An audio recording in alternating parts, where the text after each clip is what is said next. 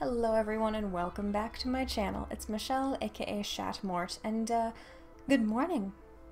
I'm up in the morning. Who needs an alarm when you are constantly harassed by a growing sense of dread about the future, right? So I'm sure by now everyone has received a couple emails from Vidme announcing that they were going to shut down their streaming and video hosting service. The announcement was kind of in the form of a press release or a newsletter slash blog post, and it's titled "Goodbye for Now" by the co-founder of Vidme, Warren Shaeffer. Now this article is extremely lengthy for me to read to you word for word, and you're completely capable of that yourself, so I'm just going to link it below and emphasize the high points that are relevant to my thoughts. Many creators with millions of subscribers on YouTube and Facebook were initially attracted to Vidme's model, but faced difficulty transitioning audiences from their home platforms. Convincing people to use and keep using a new platform is hard, leaving many creators locked in. Both Facebook and YouTube also actively depreciate content shared from competing platforms.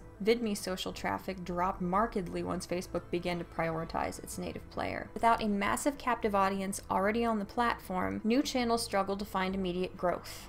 As such, creators didn't remain active long enough for us to achieve sufficient network effects across channels. Lacking a critical audience size, we struggled to attract direct advertisers to help offset our infrastructure costs, leaving few resources to spend on product innovation and attracting new audience. While several other variables played considerable roles in Vidme being financially unsustainable, one of the main reasons for the platform ending is the lack of creators and audience members. Now, a lot of big-name content creators did upload their videos to Vidme, including Undoomed and people who are not Undoomed and therefore don't matter at all. However, many others stated that they had faith that YouTube was going to improve their algorithms, that YouTube was going to lessen its concerted efforts at censorship, and some just said that they weren't going to use tiny alternative platforms. It's also relevant to note that thousands, if not tens of thousands of YouTube users who don't make their own content have badmouthed both YouTube's complete incompetence and intimidation and punishment of people who express political views that differ from their own. But none of them made accounts on Vidme or participated in the site's services while it was available. Meanwhile, I'd like to draw your attention to another interesting little article. Google is deploying 10,000 staffers to police YouTube content. This is an article on The Blaze by Terry Webster. Great. According to Webster, the YouTube CEO wrote in the Daily Telegraph that some bad actors are exploiting our openness to mislead, manipulate, harass, and even harm. Wojcicki also said YouTube will also monitor comments more closely. We are also taking aggressive action on comments, launching new comment moderation tools, and in some cases, shutting down comments altogether. YouTube, the video streaming arm of Google, already censors what it deems to be hate speech, violence, and content considered inappropriate for children. It was not clear how many content moderators that Google currently employs, the Associated Press said.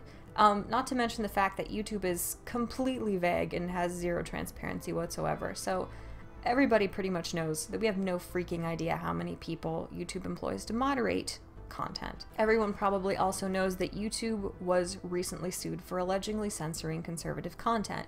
A PragerU filed a lawsuit saying that YouTube has wrongfully censored and restricted dozens of their videos. As I'm sure you're aware, subscribers and content creators alike have been extremely critical of YouTube's level of automation, the flaws in those algorithms, and YouTube's complete dismissive vagueness in response to all of our very relevant concerns. So fortunately, YouTube does seem to finally be responding to all of the concerns we have raised.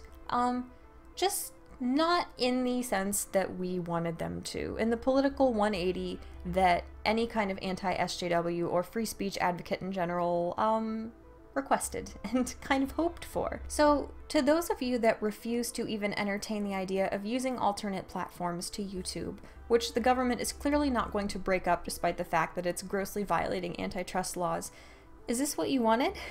Is this what you expected? Is this what you dreamed for when you demanded that YouTube make changes and you refused to diversify by also using other streaming and video hosting sites? I hope it was, because this is what you get. I want to make the disclaimer that anybody who insisted that their favorite content creators strictly use any other site, they're crazy. You can't just do that. It's not reasonable to demand or request or even advise that anybody completely risk their career and their livelihood by moving all their videos from YouTube to another platform. But that isn't necessarily the extreme that would be required to send YouTube a message. If we just used platforms in addition to YouTube to where they would be financially stable alternatives, YouTube might actually get the message. Oh, and you don't even have to just do this to try and intimidate YouTube. You can actually use other free speech friendly platforms for the sake of doing so and rewarding them for their services and their efforts. But since apparently conservatives, libertarians, classic liberals, anti-SJWs in general are not willing to do this, this is what you get. An excellent alternative to YouTube has shut down because nobody was willing to actually push. Subscribers who were willing to badmouth YouTube all the time were not willing to actually move over and also use Vidme. So it's gone now. It's gone. One of the greatest potential alternatives we had to the gargantuan monopoly that is YouTube is now gone. I hope everyone who so naively had faith that YouTube was going to respond to their demands in a moral, ethical, honest way knows that you are directly responsible for this website failing. Yes, there were other issues involved. There were other factors that caused them to shut down, but this is one of the main reasons. The fact that conservatives and anti-SJWs are so profoundly and staunchly unwilling to go toward any of these other sites and to utilize any of these alternative sites' services. YouTube does not make a profit, and they never have, and they never will. YouTube is Google's propaganda arm. It should be blatantly obvious to everyone now that this is the case.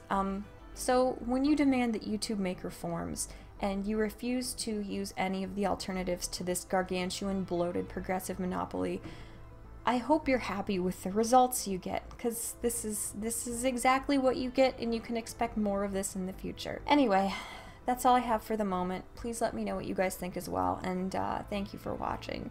I want to specifically thank my patrons, Michael Hatch, Sauronchick, and Kenny Jones, for supporting me. All those links, of course, are below. I'll give you that whole spiel. Instagram, Twitter, official Facebook. So, yeah, mine's gab.ai as well. I had a Vidme link down there, but you know, that didn't pan out, so I guess I'm gonna get rid of that out of my descriptions from now on. So thank you for watching. I love you guys dearly. I'm mad. And I will see you again soon. Bye.